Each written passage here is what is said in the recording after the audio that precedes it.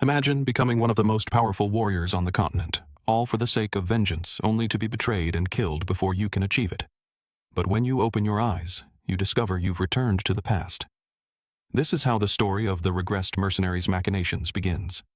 The protagonist of this story is named Galen Viridian, known as the Mercenary King and one of the 7 most powerful warriors on the continent. But right now, he is gravely wounded. Facing him is Iden, known as the Knight of Nobles, and another one of the 7 strongest. They laid a trap for our protagonist and managed to corner him.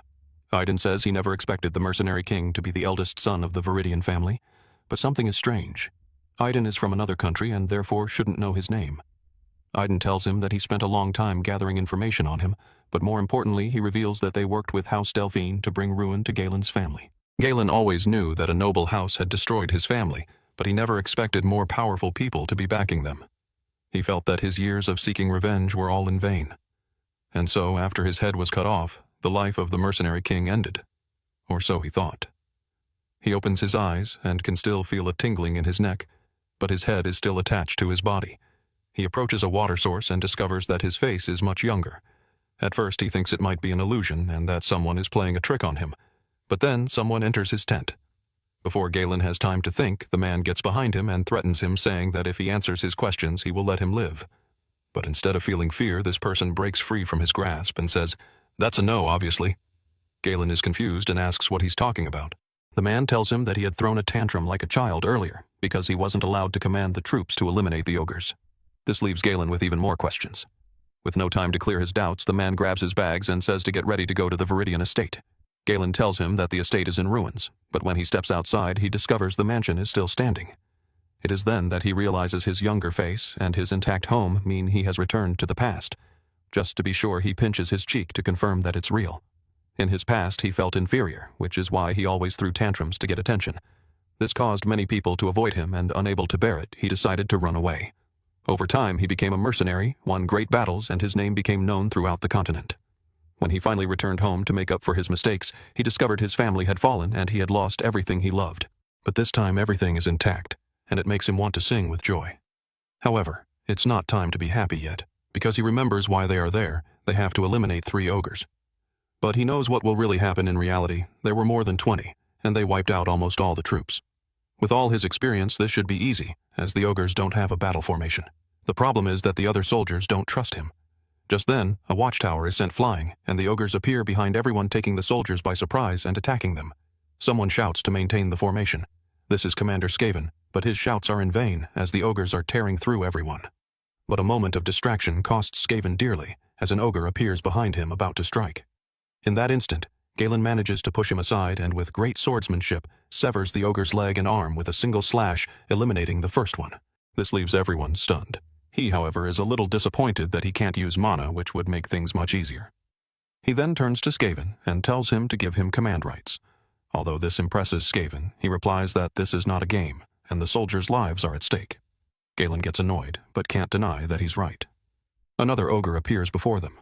Skaven tells him to stay back, as he is still inexperienced with a sword. But Galen throws his weapon, and Skaven barely dodges it. He turns to reprimand him, but realizes they are no longer being attacked. When he looks, he sees that the sword is embedded directly in the ogre's head. The protagonist tells them that you can't win a battle if your troops are paralyzed by fear. At great speed, he launches himself into the center of the ogre horde that has cornered the troops, landing and piercing one through the head. He then shouts for everyone to follow him. Without wasting a moment, the ogres approach, but are cut down one by one. The commander is impressed, knowing that Galen is at his physical limit, but is using every slight movement to dodge and counterattack as if he were a swordmaster or perhaps something even greater. Then Galen mocks the ogres and starts running in another direction. The ogres begin to chase him. The troops think he is fleeing, but Skaven finds it strange and looks in the direction he is running and what lies there. He then realizes Galen's plan. Galen thinks to himself that it would have been easier to finish them all, but his body is at its limit, and this is the most he can do. He trusts that the skilled Commander Skaven will understand his plan. As if to prove him right, the troops appear behind them with spears and shields. His plan was to lure the ogres to the edge of the cliff so the troops could push them off. To clear the way, he also lets himself fall. One by one, the ogres fall until none are left. Skaven quickly checks if Galen is okay and finds him hanging by his sword. But as he tries to grab him, Galen's strength gives out and he falls from the cliff. When he opens his eyes, he discovers he's in a bed. Somehow he survived. But when he tries to stand up, his whole body aches, the consequences of pushing his body to its limit. Just then someone enters. It is the maid Binda, who says she is relieved to know he is still alive. Galen hugs her, and she is left speechless. Ever since he was a child, she had always cared for him and gave him the attention that others denied him. In his previous life, he never found out if she had lived or died. Haunted by this, he considers telling her the truth, explaining that he has already died and come back to life once. Of course, Binda doesn't believe him and thinks he must have hit his head. She then calls his actions foolish, asking what he would have done if he had been badly injured, since he wouldn't have been able to go to the festival. Since he doesn't remember, Binda reminds him that he promised to go to the festival with his sister. This is a traumatic realization for him. The festival is in 1 week, which means his sister Elena only has 1 week left to live. Just then, she enters the room. Without thinking, Galen hugs her and tells her he missed her dearly. But she shoves him back with great force, declaring that she is still angry with him. Confused, he asks why, and she reminds him that a few days ago he told her he couldn't stand to be near her. He apologizes for it, which astonishes both women, as he is not one to apologize to anyone. They joke that an ogre must have knocked some sense into him. Just then, the pain in his body intensifies and he falls to his knees, which makes them laugh. This moment is pleasant for him. In his previous life, he had been a fool. On the day of the festival, his sister had asked him to accompany her, but he was too frustrated about what happened during the ogre subjugation. That was the last time he saw her alive. Hours later, he found her dead, cut to pieces. The door opens and 2 men enter. They are his sister's personal bodyguards, who say they are looking for her as she is in charge of organizing the festival. The protagonist asks why she is doing such work, and Binda reminds him that the family has scarce resources and that he is the only one in the city who does nothing. That's why he says he will go and help her, which again leaves them astonished. But this turns out to be a bad idea, as his mere presence makes everyone commit errors and feel very uncomfortable due to his terrible reputation. Just then someone comes running. It's Fergus, a soldier under Galen's direct command. He says he came as fast as he could after hearing what happened with the ogres. Elena tells him he's just in time, as he can take Galen away because he's making people uncomfortable. Unable to refute this, he asks to be taken to a training hall. This hall was prepared just for him. In his previous life, he never set foot in it, and is impressed by its impeccable condition. Fergus says he maintains the place every day, knowing that his lord's bad attitude is just a phase. There, Galen realizes something in the past. He treated everyone like an enemy, but he was never truly alone. He then asks to be left alone, as he has something to do. House Delphine was responsible for his sister's death, which led to a war that annihilated his family. The first thing he needs is to strengthen his body, but with so little time, his only option is to do something risky. Mana is something that helps overcome one's limits, but very few can use it. Thanks to his battle experience, creating a mana core is easy enough, but that alone won't suffice. Thanks to a book he found in the rubble of his home, he learned how to create more than 1 core. He manages to create 3, but this is a great burden on his body. For now, 3 is his limit, but it allows him to have explosive power in a short amount of time. It was this power that made him one of the strongest on the continent. However, Aiden discovered his weakness, which is why he lured him into a trap where he was forced to expend every core. But this time, he won't fall so easily and will have Aiden's head along with all the others who conspired in his family's downfall. And so a week passed. The day of the festival arrived and Galen prepares to go with his sister. Seeing him, she says she really didn't expect him to come. He replies that as a Viridian, he should at least participate in these kinds of things. She notes that his attitude is different, that he has changed and has dedicated himself to training something he had never done before. Our protagonist tries to brush it off, but his sister says she is happy that he has changed, that he has returned to his old self. During that week, the protagonist realized that his actions were causing things to change compared to his previous life.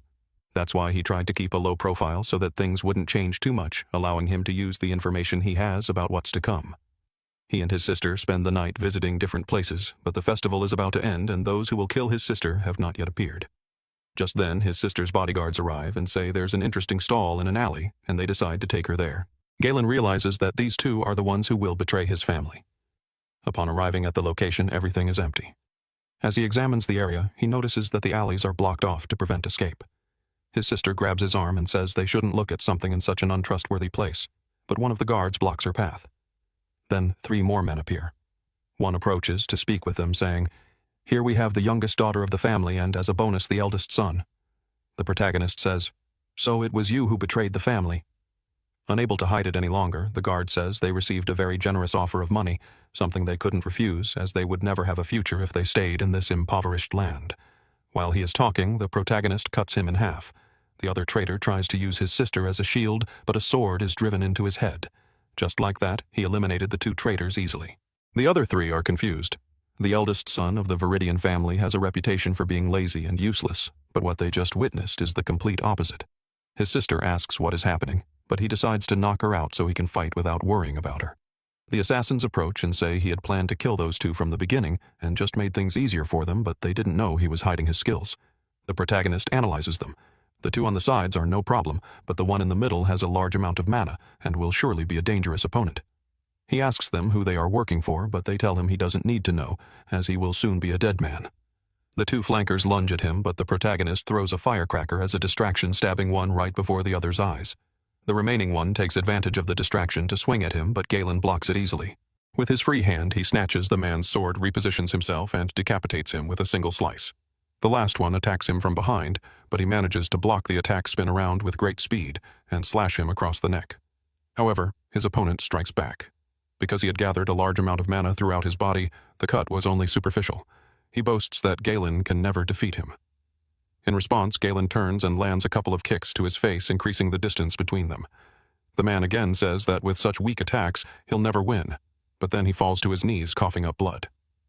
The blows were stronger than he thought. This should be impossible.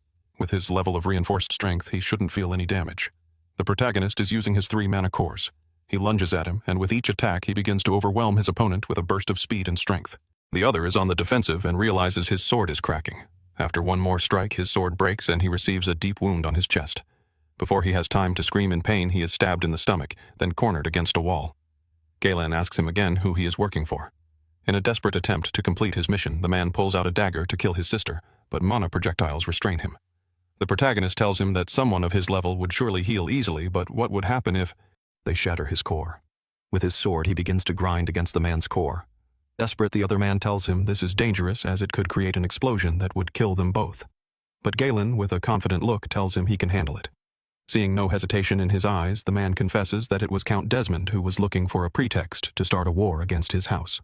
Connecting the dots with what he knew from his past life, Galen realized that the Desmond family was under the command of Duke Delphine, who used them to initiate a much larger plan. He then thrusts his sword deeper. The man desperately begs for forgiveness, but someone who tried to kill his sister deserves none. He completely pierces the core, creating a massive explosion and leaving behind a large pool of blood. But this isn't over yet. In one of the abandoned houses lay the corpse of Count Desmond's son. They were going to use this to make it seem as if the Viridians had killed him, thus starting a war. So he decides to eliminate the evidence, burning the entire place down. He then lifts his sister and leaves unaware that someone was watching him. This was the man in charge of ensuring the mission's success. Seeing that they had failed, he gives his report to his superiors, who don't believe a word he says since Galen is known to be useless, and these excuses have no basis. But the man explains everything he just saw and says he has a more effective plan to eliminate this problem. After someone tried to kill his sister, they decided to cancel the festival. Many don't believe that Galen was the one who saved her, but he doesn't seem to care.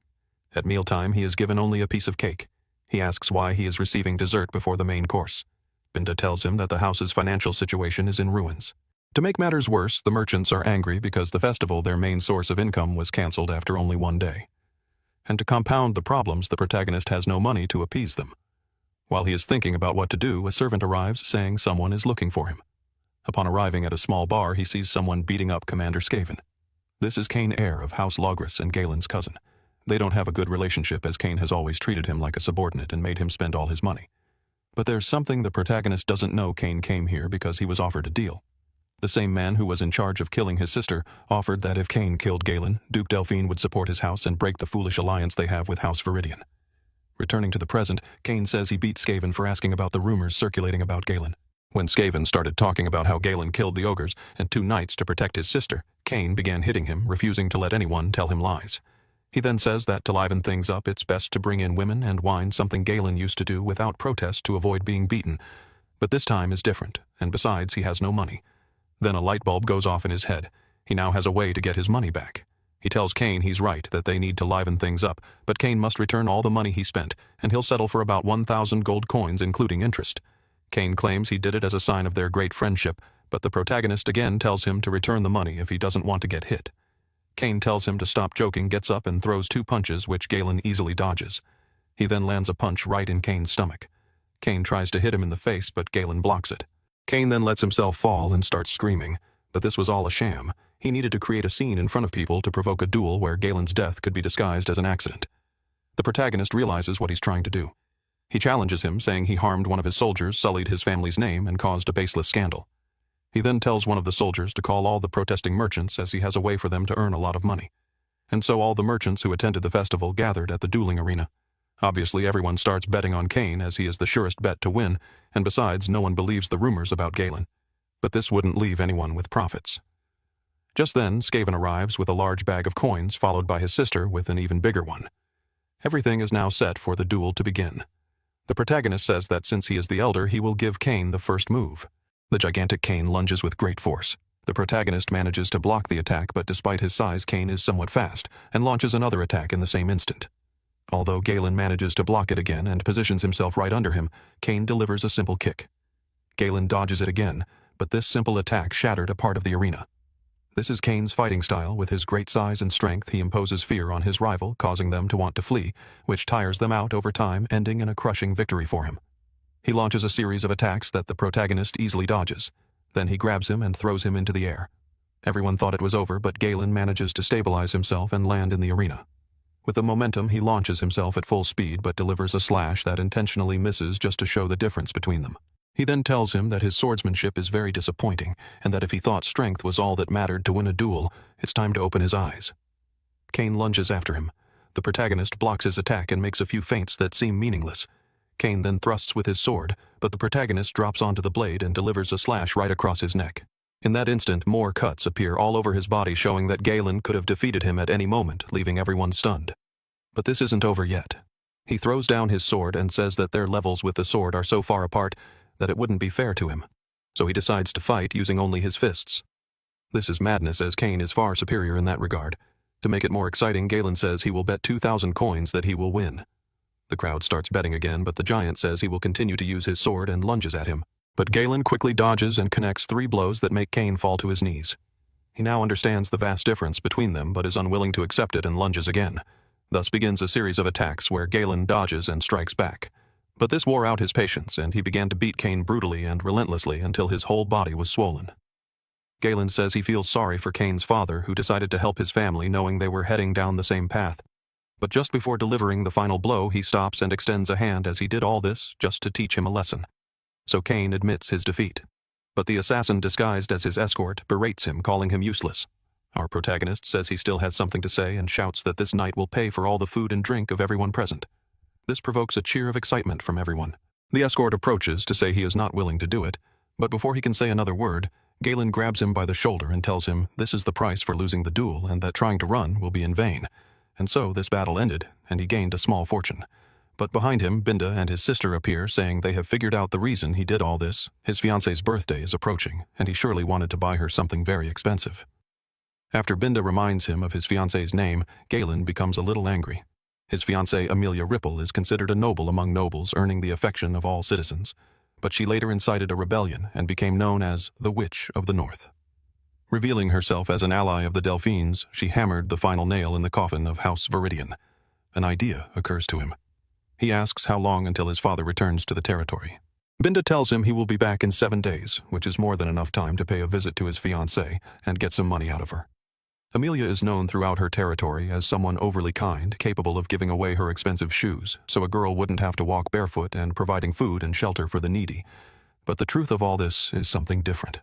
Her father always demanded loyalty from all his subjects, but she prefers to get her hands dirty to win them over, thus gaining everyone's support so that no one can dispute her fitness to be the heir of her house.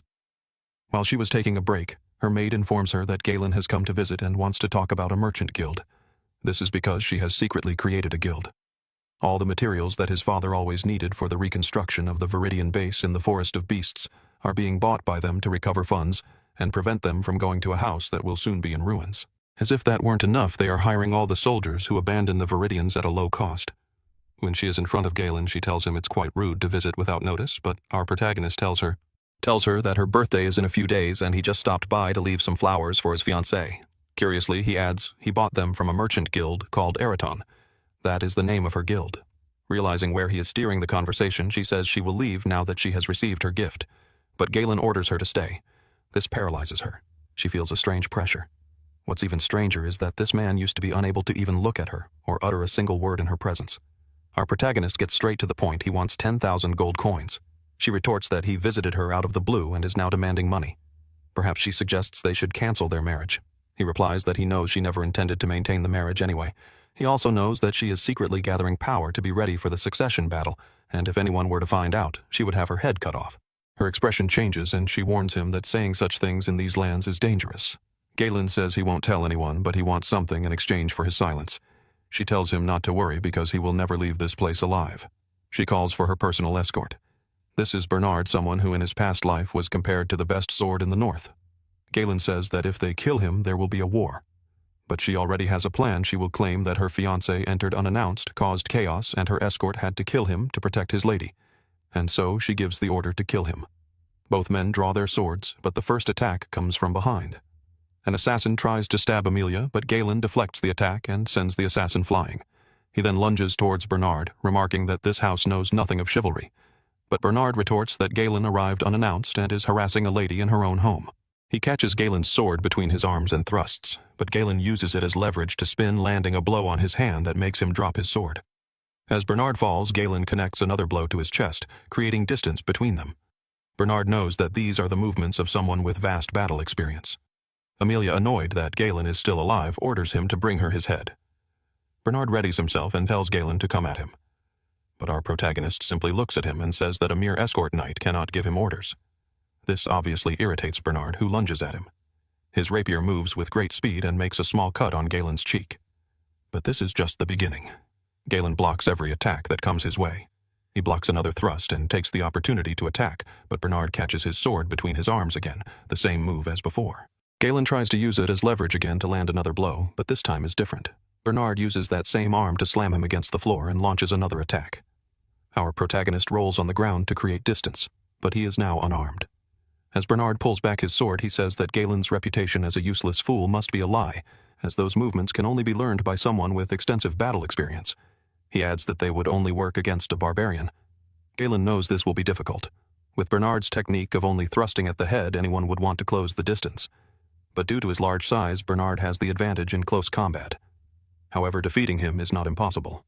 Galen sends a thread of mana behind Bernard, which grabs his own fallen sword and strikes the back of his neck. As Bernard flinches, Galen lands a powerful blow right across his face, making him fall to his knees. But it's not over. Galen follows with a slash that Bernard barely manages to dodge. Realizing he's a difficult opponent, Bernard tells Amelia to seek refuge as he can no longer guarantee her safety. From now on, he will go all out. This only excites Galen as he hasn't found an entertaining opponent since he returned in time. Bernard unleashes a large amount of mana, making the air heavy. He tells our protagonist that his words sound more like those of a mercenary than a noble. But Galen retorts that he is a noble and a simple escort knight shouldn't speak to him that way. This leaves Bernard speechless for a moment, and with great rage he lunges. His thrusts become even faster and more savage, making them very difficult to dodge. He even advances, forcing Galen back. Our protagonist launches a counterattack, but Bernard manages to deflect his sword and using Galen's own force puts him in a vulnerable position and thrusts again. This would have been the end, but Galen used his own shoulder to take the damage and attacks again. Bernard deflects his sword once more and sends him flying with a kick. Our protagonist thinks this is quite fun. With his relentless attacks and great physical strength, Bernard is completely dominating the fight, and with the mana he possesses, it's almost impossible to win. As the other man lunges again, Galen activates his third core. With it, his strength and speed increase so much that in a single movement he disarms Bernard. Just as he is about to deliver the final blow, someone shouts, "Stop!" causing the tip of his sword to press lightly against Bernard's forehead. The one who shouted was Amelia. But behind her is Binda holding a knife pressed to her neck. How did this happen? Well, it turns out that while Amelia was escaping, she went to find the guards to face Galen with greater force, but she found them all defeated. In the middle stood a cloaked woman. It was Binda who had appeared unnoticed behind her, pressing a knife to her neck. Returning to the present, Amelia says she will give him the 10,000 gold coins. But Galen says there's a problem, the fee has just gone up to 20,000 coins. Thus ended this little dispute between couples, which left several soldiers unconscious and Bernard arguing with Amelia. He tells her she should have studied Galen more to discover his true abilities and subdue him easily. But no one expected him to have an ability that allowed him to become as strong as a high-ranking knight in such a short time. When Bernard asks if they should report this to the head of House Delphine, Amelia slaps him. She says that if he finds out, their fate will be death, not only because they let Galen go, but because he now knows their connection to the guild.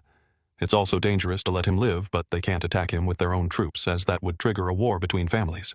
Therefore, they will use the wild felines, a group of assassins made up of mercenaries who were expelled from other groups and thus have extensive experience in assassination. They will hunt Galen down at a point where he cannot escape and make him pay for this humiliation. Now back to our protagonist. He was tending to his wounds while thinking that he should have killed Amelia. But doing so would have unleashed something much bigger. By letting her know that he's aware of her relationship with the guild, it will be harder for her to make a move. But most importantly, in this life, he will be the one to take advantage of her. Binda asks if everything went well. She had simply followed his instructions and defeated all the guards she heard in the guest room. Just then, Galen feels a jolt of pain and coughs up some blood. These are the consequences of opening the third core without having much mana. He must quickly find a way to increase his mana, as it will be a big problem if he ends up like this after every fight. Binda takes his hand and says his mana flow is a mess. With a needle, she strikes key points on his hand. This not only lessens the pain, but also allows for greater flow through his mana channels. This is something only someone with excellent control over mana could do. He wonders who she really is. He knows his mother brought her to their lands, but he doesn't understand how someone of her level ended up as a maid. At the same time, he doesn't care. The more strong people he has on his side, the better, as she will soon be of great help. Binda says she trusts him, but why did he go through all that just to ask his fiancée for so much money? Galen says there is something he wants to buy, and only she could give him that much money. This leaves Fergus and Binda a little worried, as there would be problems if she told his father. But he calmly tells them that nothing will happen. Out of curiosity, Fergus asks what he wants to buy. He tells them, the red branch from the Forest of Beasts. This is complete madness. In that place there are extremely dangerous beasts, and his house has been trying to survey it for decades without success. Fergus tries to persuade him against it, but Galen changes the subject and asks if he has located the person he was ordered to find. The old man says yes, but his condition is a bit delicate. He doesn't think he'll be of much help. Galen says he doesn't care, as long as he's alive, it's fine. But Binda tells them they must return to their lands quickly. He replies that Amelia won't let him go easily and will look for a way to kill him, so he won't reveal what he knows. That's why he needs a new captain for his new troops. He arrives at a house that is almost in ruins in the middle of the forest.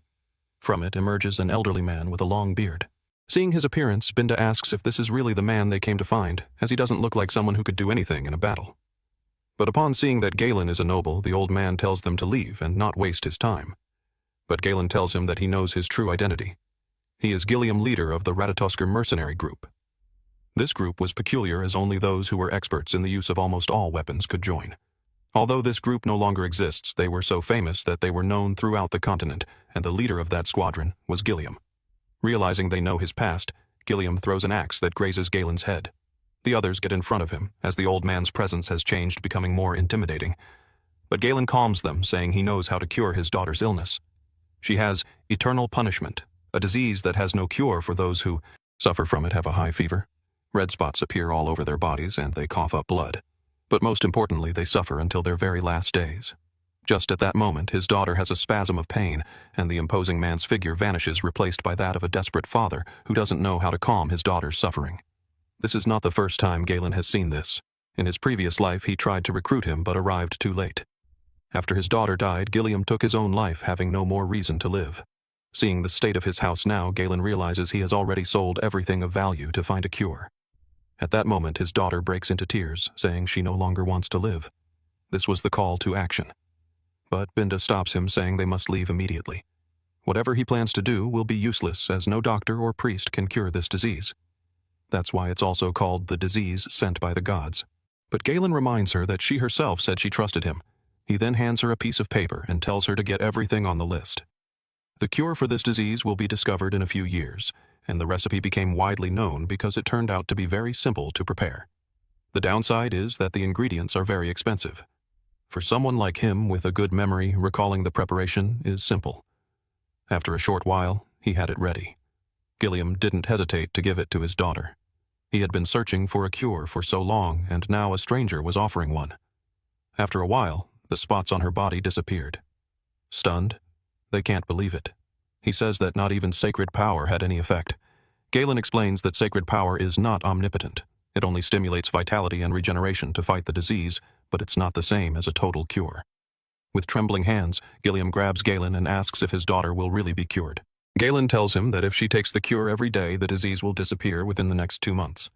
Gilliam kneels and asks what Galen wants from him. He says that if they came, it must be because they wanted something, but now all he has left is his body. If Galen wants him to be his dog or his slave, he will be. But Galen says he doesn't need a slave. What he wants is the leader of the Ratatoskr mercenaries. When he looks into his eyes, he sees a powerful longing for something. With an axe, Gilliam cuts off his ponytail. Just doing that brings a change in him. He walks to one side of the room and asks if anyone else came with them. Our protagonist tells him that everyone he sees here is his companion. He then asks if anyone holds a grudge against him. After Galen says yes, and that there will be more in the future, Gilliam throws his spear. It flies to the distant trees, and he pulls on the rope tied to it. When it returns, it has pierced someone through. He grabs the intruder by the neck and asks who sent him. The man is still confused as everything happened too quickly. Gilliam then asks Galen what they should do with this man. But Galen says he knows who sent him, and begins to draw his sword, saying he didn't want to do this here. But Gilliam stops him and says he will finish the job. With a single hand, he ends the assassin's life. He then kneels again and swears that from this day forward, he will serve only Galen Viridian. Thus, Galen obtained the loyalty of the man who would soon be the commander of all his troops. After this, they are on their way to the Viridian lands. They had to buy 2 carriages, one to carry Gilliam's daughter, and the other to carry all his weapons. On the way, Binda tells him that Amelia has already made her move and sent a dangerous group after him. She tries to warn him that this group specializes in assassination, drug trafficking, and human trafficking, so they must be very careful. Galen asks how she knows all this if she only stays at the castle. She tries to play it off, saying she might have read it in a book. To calm her, our protagonist tells her they have Gilliam on their side, so there's nothing to fear. Just then a tremor occurs and 2 assassins emerge from under the ground going after Gilliam. He pulls out a sword and an axe and manages to block their attacks. At the same time, he disarms them and lands 2 blows that finish them off. But they were just a distraction. From above, a gigantic rock falls. Gilliam stops the horse and the rock lands right in front of them. Though it didn't kill them, it now blocks their path. More assassins appear from behind, completely surrounding them. One of them speaks directly to Gilliam, calling him a coward who dissolved his group just for his daughter. This man was a former member of the Ratatoskr. Gilliam asks who he is, but this only angers him more. He says Gilliam has gotten so old that he doesn't remember his old companion. Seeing that Gilliam says nothing, he gives the order to kill him. Galen asks if he needs help, but Gilliam says he can handle it alone. Besides, it seems they have business with him. 4 assassins were very close to attacking him, but with a single movement, he cuts them in half. But this is just the beginning, and the others are approaching. One by one, he defeats them without them having a chance to land a blow. They are ordered to disperse, but Gilliam gets on his horse and, swinging his axe for greater momentum, approaches and lands a blow, killing 3 in an instant. Though they now have him surrounded, it was a mistake on their part because he swings his axe once more, eliminating most of them. Their leader had already positioned himself for a surprise attack, but Gilliam manages to block it. The man throws his daggers and kills the horse, forcing the old man to dismount. In that instant, he attacks again. Gilliam blocks it again, but the man hits him with his shield, forcing him back with great strength. Gilliam tells him that he is no longer the leader of any group, that he is just a subject of Galen Viridian. This angers the man even more, and he lunges at him again. Gilliam blocks it again, but the man says that when he dissolved the group, he lost his life's purpose and had to find a way to survive since then. Gilliam swings his axe, but the man dodges it and tries to connect with a kick, which is immediately blocked. But the blow was so strong it broke the shield. He then says he would have given his life for Gilliam, as it was an honor to belong to that group. But the person he so admired threw it all away, and now has returned as the lackey of a noble. This only makes him want to kill him more. He throws 3 more daggers, which Gilliam deflects. Without wasting time, he slashes, which the other dodges again, but then counterattacks. Although Gilliam blocks it, he attacks with another weapon. The man jumps to dodge, landing behind him, and using the daggers that Gilliam deflected, he throws them and they hit his shoulder. The old man swings again, and the other jumps to dodge it and is about to land a direct blow, but Gilliam stops the weapon with just his hands. He then realizes that Gilliam is using mana, which means he wasn't using his full strength. He lands a punch to his face, sending him flying. Gilliam approaches him slowly, asking that if what he wanted was revenge, he had a moment when he was very vulnerable, so why didn't he take advantage of it?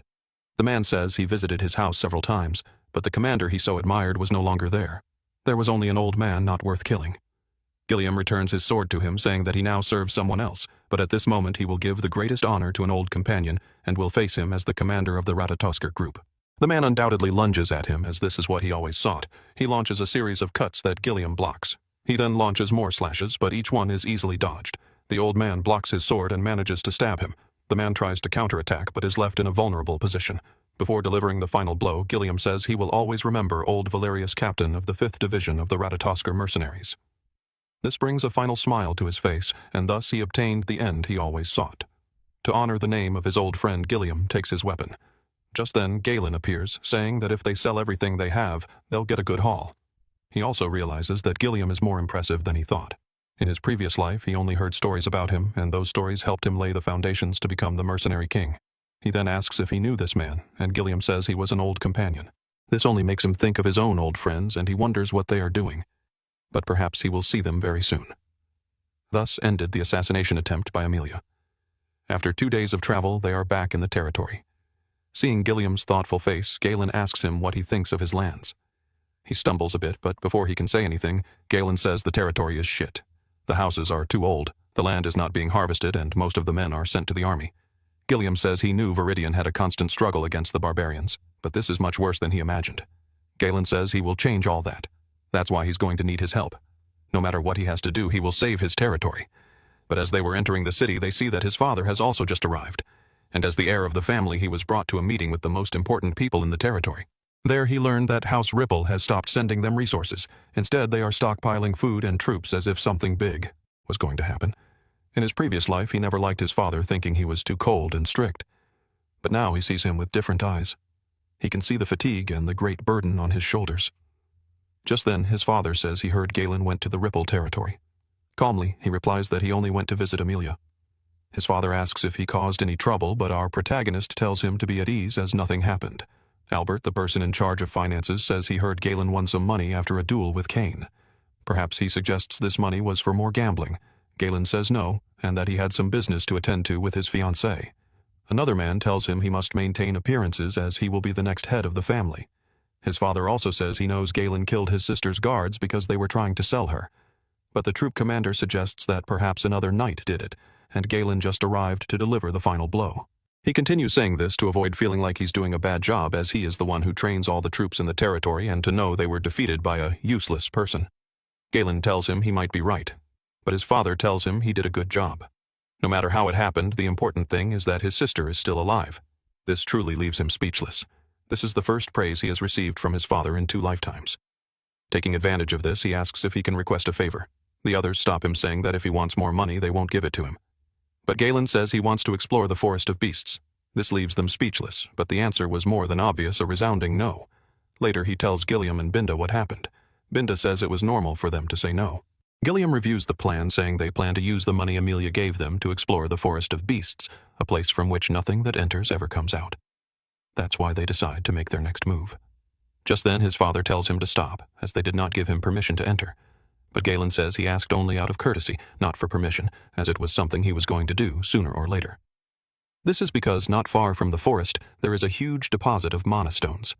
These stones contain a large amount of mana and are so rare and valuable that mages would pay a great deal for them, as they have all sorts of uses, like creating magic tools, scrolls, and even magic circles. In his previous life, House Delphine discovered this, but now only he knows this information. That's why he tells Binda to go to the guild and hire 200 mercenaries. Gilliam tells him this is dangerous, as mercenaries can be unpredictable, and gathering so many in one place could lead to them rebelling against him. That's why Galen tells him that the 2 of them will go find those who will be truly useful. And if they're talking about useful, only that mercenary group in the north is the right one, the Cerberus mercenary group. Gilliam knows who he's talking about and says they are indeed skilled, but also the most dangerous. If things go wrong, they could kill them without hesitation. So the 2 of them go north. At the mercenary camp, there are drunks people fighting among themselves and some causing trouble. One of them sees them approaching and gives the alert that a noble is coming. If he's naive enough, they could take a lot of money from him. But when he looks again, Gilliam grabs him by the head. He screams, alerting the others.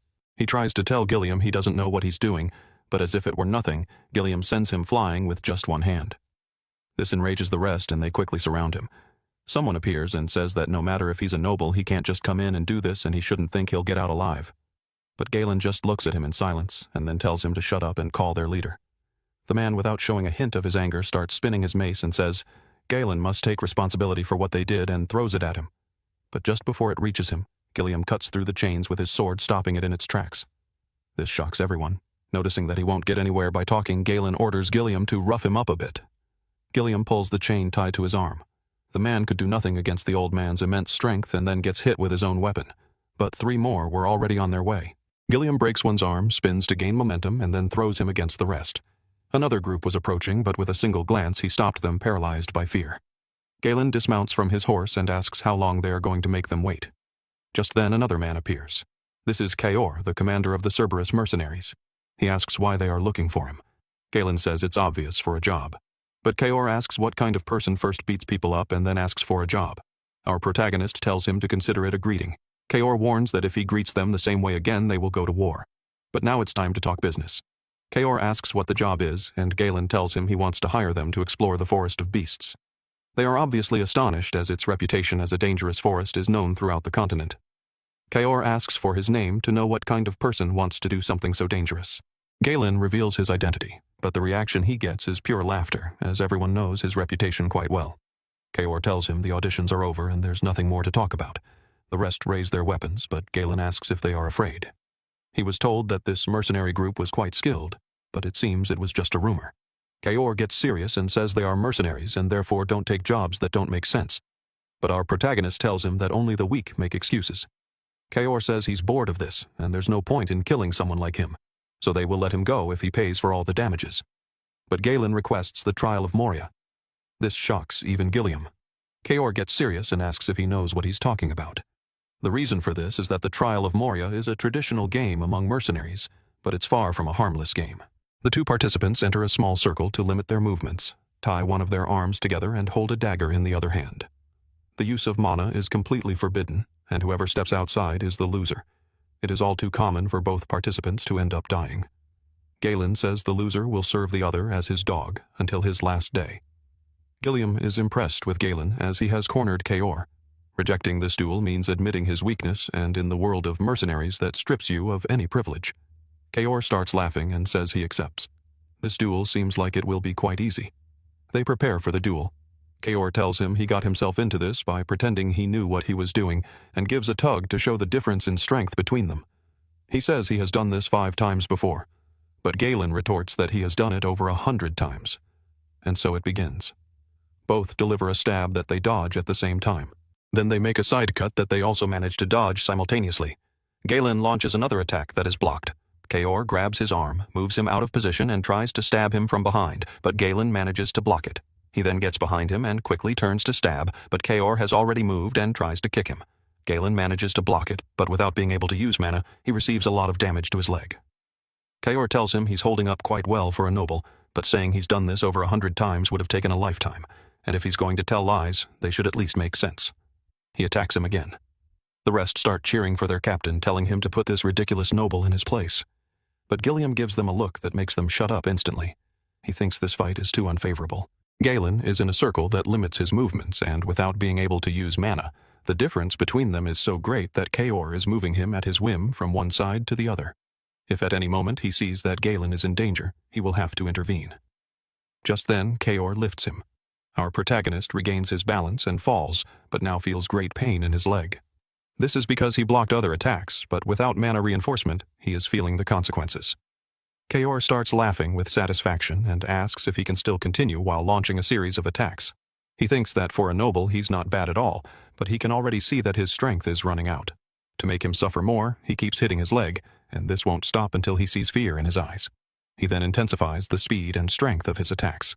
Galen manages to block one, but Kaor grabs his arm and pulls him in, then connects a knee to his injured leg, intensifying the pain even more. This is the first time Galen shows a face of pain. Kaor decides to put an end to this and is about to stab him. Gilliam prepares to intervene, but Galen smiles and dodges the attack. He then uses Kaor's body as support, moves to the side, and unseen makes a cut. This shocks everyone. Kaor quickly attacks him, but again Galen uses him as support to move and makes a cut on his chest. No one can believe what is happening. But this isn't over yet. Kaor attacks again, but Galen not only dodges it but also pulls him in, slamming his shoulder into Kaor's face. He then gives him several blows while he is still suffering. Galen stabs his arm, but without losing his composure from the pain, Kaor attacks again. He doesn't understand what happened to cause this change, but Galen already understood. Normally in these duels, both try to overpower their rival with strength, but this makes the body rigid. Aware of the difference in strength, he didn't try to match it, but rather moved away during the fight and turned Kaor's rigid force into his support. This truly impresses Gilliam, earning him genuine respect. Kaor is now badly beaten and a little stunned. Galen tells him he is quite resilient, not because he is still standing, but because many, when cornered, decide to use mana. Kaor tells him he talks as if really had done this many times, but Kaor says he won his position as leader this way. He would never break the rules. He also admits he's at a disadvantage, but there are other ways to end this. Using all his strength, he sends Galen flying. No matter how skilled he is, if he puts a single foot outside, he will be the loser. This is how he will secure his victory. But just before he falls, Galen grabs his arm once again using him as support, and then throws him while changing his own position. This causes Kaor to step out of the circle. For a moment there was silence throughout the place. Kaor can't believe he lost, and asks how on earth he managed to do that. But Galen tells him that attitude is not good, especially towards his new master, and pulls him back into the circle. Kaor is a bit confused and says the duel is over. The protagonist tells him he's right, but now the training for his new subordinate begins. He lands a hard blow that knocks him to the ground. All trace of confidence he had vanished. Desperately, he says he already stepped out of the circle and according to the rules it's over. But Galen crouches down and tells him that on the battlefield there are no rules. Kaor curses and asks what kind of noble he considers himself, but our protagonist says not to question his master and starts beating him fiercely. The rest don't know what to do as they watch this massacre. Just then, Kaor screams for him to stop, but Galen lifts him and tells him he's still inside the circle. For the first time, fear invades him. Desperately, he turns to tell the others to go ahead and kill him. They don't hesitate to draw their weapons, but Gilliam steps in their way and says he will kill anyone who decides to intervene, making them tremble with fear. But he's not the only one. Kaor is now gripped by fear, and without hope turns to see Galen, who asks if they can continue. He then lands another hard blow. He always thought nobles were quite pathetic. No matter if they were narcissistic, arrogant, or treacherous, if you threatened them a little, they always crumbled, and it was easier to steal their money. That's how he earned his nickname, the Dog. But now there's nothing left of that nickname, and so Galen defeated the leader of the Cerberus mercenaries. He then orders them to bring water and bandages if they don't want their leader to die. The rest quickly obey. Gilliam was watching this truly speechless. The unruly mercenaries are docilely obeying Galen. It's because he showed them directly and mentally who the leader was here. After this, and after bandaging and cleaning up Kaor, Galen hands him the paper specifying that they now work for him. Kaor signs it and returns it with a bit of disdain, but Galen looks at him sternly, making him show a very docile attitude. He then grabs his hand and says that from now on they are a family and he hopes to work well with them in the future. And so a few days passed. Outside the territory, all the mercenaries that Amelia hired are gathered. Some complain about the time and others mock the fact that they were hired by Galen. Maybe if they pressure him a little, they could get a lot of money. Just then, someone catches everyone's attention. It's a man of great size and enormous muscles. This is Gordon the Muscle. He tells them he heard what they were talking about, and that they should unite to make those demands and get more benefits for little work. So if they give him a few coins, he offers to be their representative, as with his large size, he can impose fear. This easily convinced the others. In the distance, they can see someone approaching on horseback. It's Galen. Seeing that he's coming alone, Gordon says they should all go together to impose even more fear. But as they get closer, they can see more people behind him. One recognizes Kaor and the rest of the Cerberus mercenaries. How could such a dangerous group be walking silently behind this useless man? Galen approaches them, sees Gordon, and asks if he is the leader. Gordon, without his initial confidence, says yes. The protagonist gives him a light pat and tells him to gather the rest because from this moment on, they will begin the clearing of the forest of beasts. Thus, on the outskirts of this same forest, a small camp was set up to serve as their base. They pooled all the resources they could. While Binda was adjusting his armor, his entire clearing team was ready in front of him. He asks Binda for the exact number of troops. She says he brought 148 mercenaries, the Cerberus group has 41, and counting the 3 of them in total, there are 192 people with battle experience. He also asks if she explained all this to Skaven, as he is the commander who guards the entrance to this forest, and since they are entering without permission, they need someone to cover for them. She says yes, and to his surprise, Skaven was in total agreement, but only if Galen would be the one to command this expedition.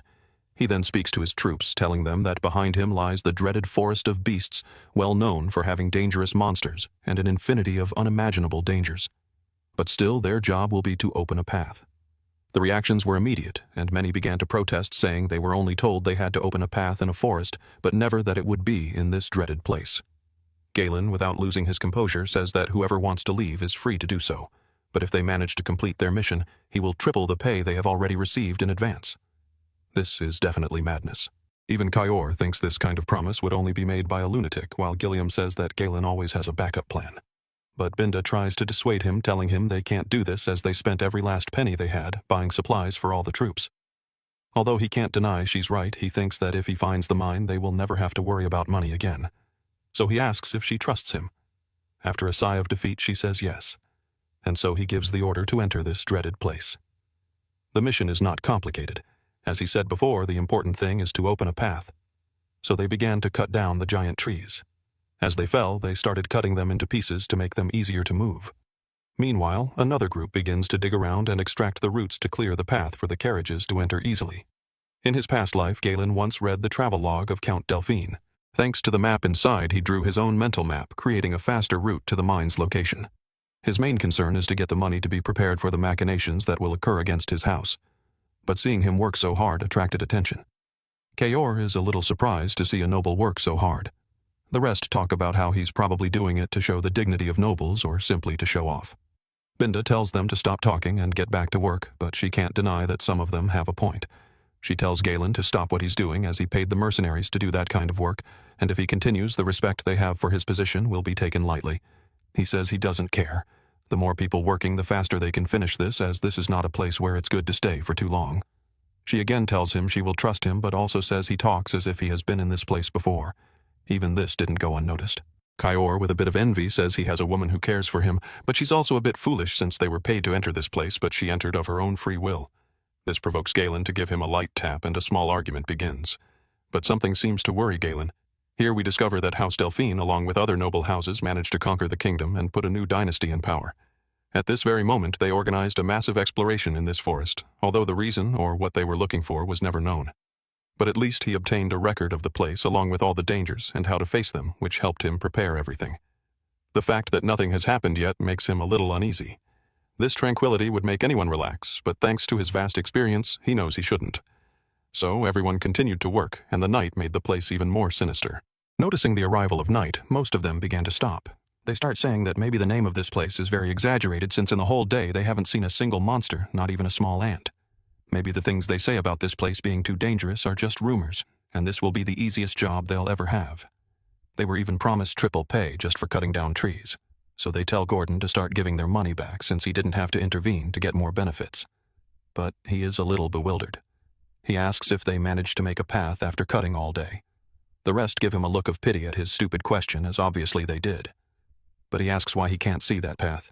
They then realize that a large tree has appeared out of nowhere and is blocking the path. Just then, Galen gives the order to get ready, and everyone quickly draws their weapons. The atmosphere becomes tense. Galen tells Gordon that if he stays in that place, he will definitely die, so he orders him to slowly come back towards them. He started to back away, but forgot about the large log he had on his shoulder. It hits the tree, causing it to fall. The rest immediately prepare to attack, and Gordon turns to look with evident fear. But noticing that nothing happened, one of them makes a joke and says that just because their contractor says so doesn't mean this place is dangerous. Gordon probably just got confused since the whole landscape is similar and the fame of this place is surely made up. Just then Galen tells him, "Return to the group or he will die too." But the man yells back saying he's just saying things to keep them under control. At that moment something wraps around his waist and pulls him with great speed. From what looked like a simple tree, a mouth full of teeth emerges. It closes, muffling the mercenary's screams. These are treants, tree-like monsters that hide their presence by approaching slowly.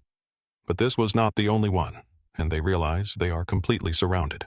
Fear invaded everyone, and they began to run aimlessly.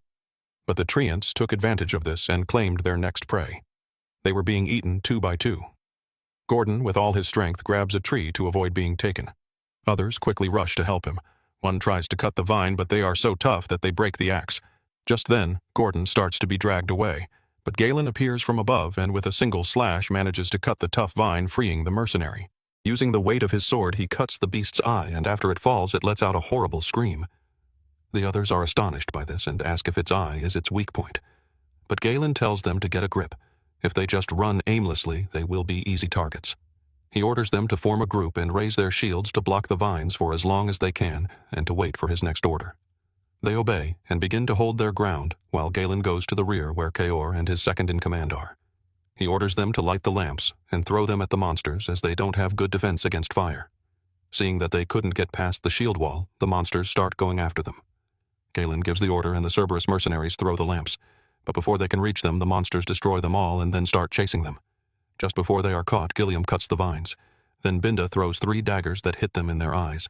Galen tells them to start covering the others, while the rest wait for the signal to attack as he will act as a distraction. He slowly approaches one and it tries to attack him, but with a single cut he severs the vines. Seeing this, more monsters start going after him, but he manages to cut and deflect their attacks at great speed. One tries to crush him, but Galen manages to cut it and does a great leap to pierce its eye. This causes the other monsters to surround him. Considering this the signal as the monsters have turned their backs, Binda orders the attack. The lamps fly, and this time they hit their target.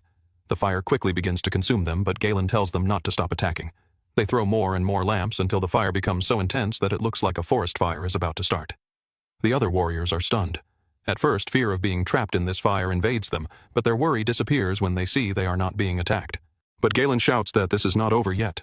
They have only just burned their barks, and now they will show their true form. Immediately, a vapor fills the entire area. Gilliam and Binda look for Galen to tell them what's happening. He tells them that what they managed to burn were just their shells, and the fire meeting the moisture of their bodies caused this vapor to appear. But now they will see their true forms. When the wall of smoke disappears, grotesque monsters appear. Without their hard shells, their speed increases. The rest try to retreat, but Galen raises his sword and tells them to ready all their weapons because from this moment on, a hand-to-hand fight will begin. Leading the group, he is the first to attack. Everyone is shocked to see Galen launch himself alone at these beasts. But not one of them moves a single muscle, thinking it's madness to fight these giant beasts that can crush them with a single move. But before their eyes, another group launches into battle. These are the Cerberus mercenaries led by Kaor, who has a big smile as he was waiting for this order. Behind them, and at a slower pace, goes Binda. But still none of the other mercenaries moved. Gilliam asks them why they are hesitating. The master has just given an order, and all they have to do is trust him and follow him. This leaves them speechless, but as if a switch had been flipped, they all launch into battle. They know that somehow the young master of Viridian will find a way to get them out alive. So Galen gives the orders. He tells them to form groups to distract them and avoid too many casualties. Now that they don't have their shells, they can be cut even without using mana, so they don't have to be afraid. Thus began this carnage where the once dangerous monsters were being slaughtered as they were attacked from all directions. In his previous life, Galen was not someone who used his subordinates as meat shields. In this life, he won't change that. As he shoves his sword into a monster's mouth with great strength, he lifts it upwards, splitting the beast in half. He thinks that his job as a leader is to keep alive those who decided to follow him. When the last monster fell, silence invaded the place. The mercenaries remain expectant, waiting for the moment of the next attack. But what they heard was Galen's voice ordering them to form ranks. Behind him, all the mercenaries get into position. He tells them that this is only the beginning. The deeper they go, the more dangerous beasts they will encounter. But they don't have to be afraid, because he will always be at the front. All they have to do is trust him and follow him. These words filled them with vigor, and the initial fear faded away. Over the next few days, they delved deeper and deeper into this dreaded place. Along the way, they encountered armored monsters and even tribes of orcs, but they always found a way to overcome everything. Even when a monster escaped from Galen and was about to attack the troops, Kaor and Gilliam would appear. Working as a team, one would cut its legs while the other blocked the beast's advance with his enormous shield, and then Galen would finally appear to deliver the final blow. They understood that if they wanted to stay alive in this place, they must always stay close to him and do everything he tells them. Gilliam notes that they have adapted quite quickly, and Kaor, while smiling, says that battle is the only good teacher. They spent the rest of the days clearing paths while Galen always stood guard. As night fell, they reached the shores of a large lake. They quickly run to fill their basins and wash up a bit, as they never imagined finding a place like this in this hell. Even Binda is surprised by this, but Galen's face is tense. On one hand, he is surprised to have come this far, but this place is the beginning of the most crucial part to reach the mine. For now, they will use this place to rest. They set up several tents with their backs to the lake to be ready when a monster wants to approach for a drink. Several bonfires are lit where small groups gather to eat. Some think they got here by a pure miracle, and can't deny that they are scared to think about what they will encounter next. But in another group, one suggested using the night to escape without anyone seeing them. He tries to convince the rest, telling them that life is more important than money, and it makes no sense to keep risking their lives in this place. But Gordon says their destination must not be very far from the forest entrance. Besides, they have already cleared a long path, which means their destination can't be far. But the other man intervenes, saying he's easy to deceive, and that's why he believed that lie. Besides, in the last few days before being hired, people started calling Galen the madman of Viridian, and it's obvious he's forcing this incursion to get as far as he can to gain fame and take all the credit. But a man with an eye patch says they have already received all their pay in advance, and their duty as mercenaries is simply to obey orders without saying anything in return. Besides, Gordon says they have survived so far thanks to Galen. The man says he won't deny that Galen fights quite well, but he is only human, and it would only take one mistake to condemn them all. Besides, all nobles have something in common. When they are in a dangerous situation, they always use them as shields to escape. This took them by surprise, as they had all been through this same experience. The man knows he hit the mark and just needs to press them a little more to convince them and escape that same night. But the one with the eye patch says again that they are alive, thanks to Galen. Besides, it seems their contractor is a very different kind of noble. While he was sitting outside his tent, he was anointing the mercenary's wounds with very expensive medicine. Even Binda tells him that this medicine is very valuable, and he should save it only for when he needs it. But Galen says it was made to be used, and it would be a total waste to keep it stored while he calls the next one in line. The man with the eye patch says that the medicine he is using is one of the most expensive, and he showed no hesitation in sharing it with the rest. Besides, he doesn't seem like the type of person who uses others as objects. At that, the rest raise their voices in agreement. This provokes the anger of the other man, who thought he had them in his hands. If only the other hadn't interfered, he could have escaped that very night. Just then, Galen appears, telling them to stop the useless chatter and take the opportunity to rest while they still have time.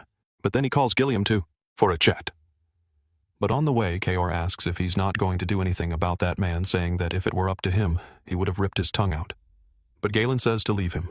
Even someone like him can be of some use. But now there are more important things. When they are all gathered, he asks how many lamps are left. Kaor says 24, and this worries him a little. He tells them that since they entered the forest, they were attacked day and night, but for the last 2 nights they haven't received any kind of attack. Although Binda and Kaor don't understand, Gilliam does. He says that this means they have entered the territory of monsters that attack at night, and they must be quite dangerous to make the other monsters in the area hide. Galen agrees and says that from this moment on, the most dangerous part will begin. So everyone went to sleep. One of them is Gordon. A light begins to illuminate his face, and when he opens his eyes, he sees a floating lamp right in front of him. This makes his whole body tense up, but the lamp falls as if it had been dropped. He was still confused by this, but suddenly a grotesque-shaped creature appears next to him. This provokes a scream of fear that wakes everyone up. When they go to see him, they find him swinging his axe wildly. To others, it looks like he's hitting nothing, but he can see a transparent creature dodging each of his attacks. Someone asks him what's wrong, and Gordon, still afraid, says there was a creature right next to him. But this confuses the others, and they tell him there's nothing there. He then realizes that the creature has disappeared.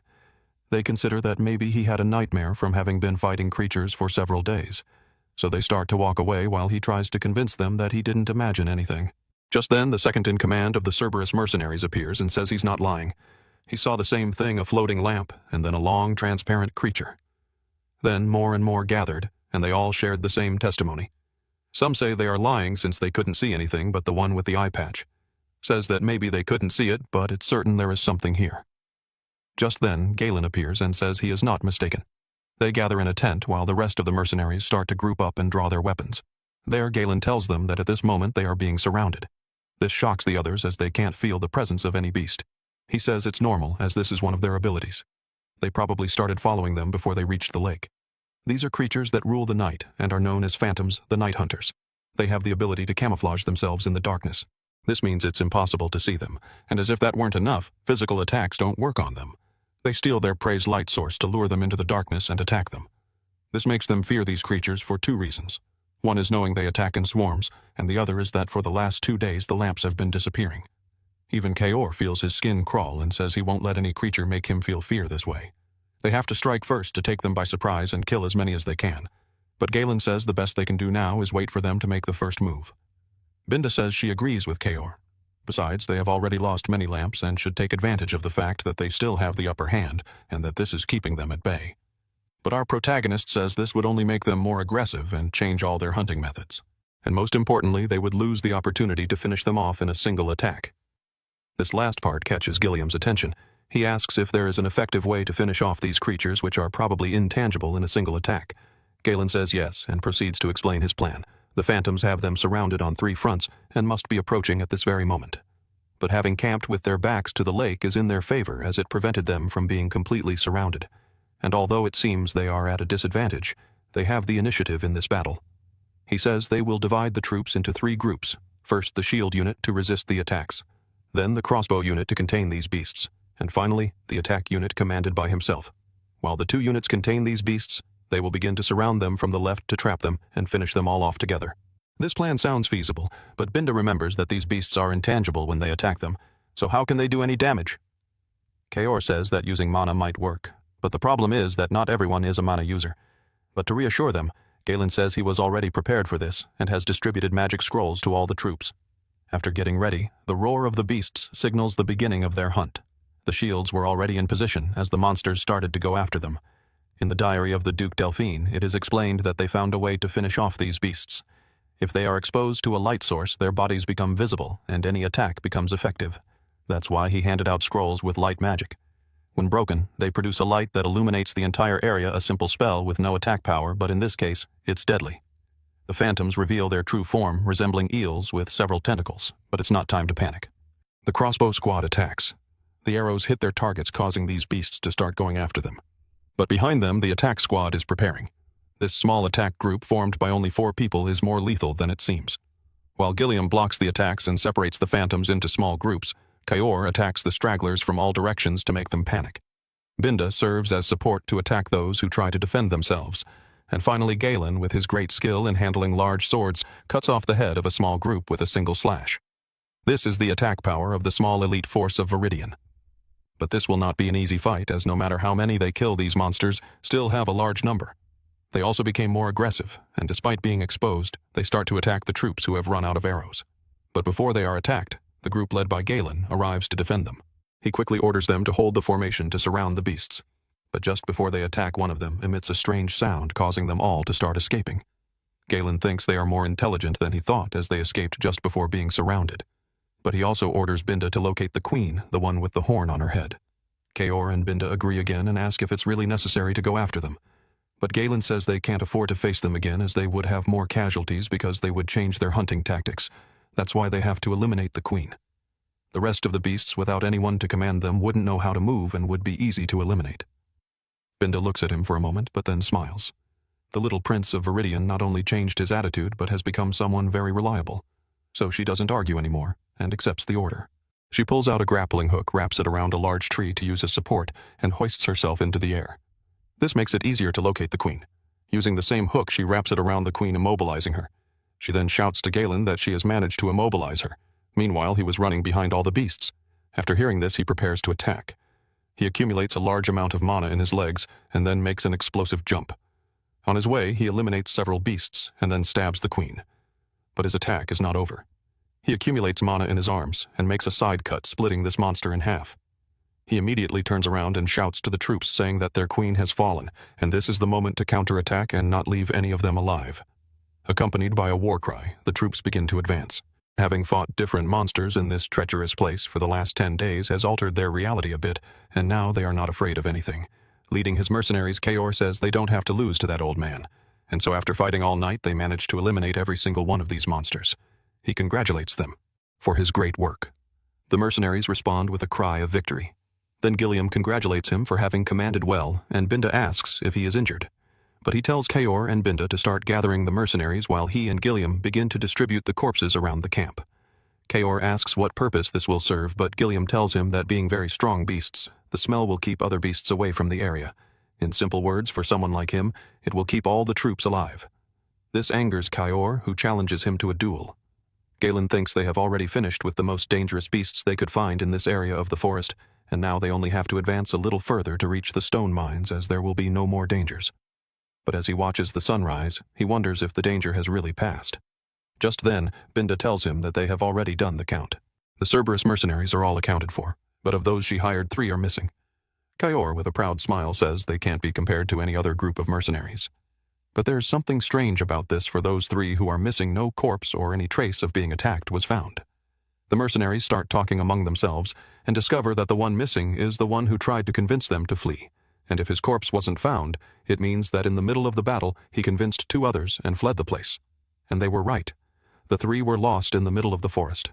One stops to listen and realizes that the sound of battle has ceased and no monster can be heard. They think that everyone has already been annihilated. Just then, the one who convinced them to flee turns to tell them to stop talking and concentrate on getting away. But the other 2 were standing still, trembling with fear. When he approaches to ask them why they are not moving, one, still trembling and afraid, barely manages to raise his arm and tells him that behind him there is something. When he turns to look, a large shadow of a beast with red eyes is watching them. Taking advantage of the daylight, all the mercenaries start working. Their efficiency has improved greatly, and they began to advance faster than before, something Kayor noticed. He says he has never seen such organized mercenaries before. Gilliam teases him, saying he should learn a little from them, which he doesn't deny. But he also tells Galen that it would be a shame to lose this group after this expedition.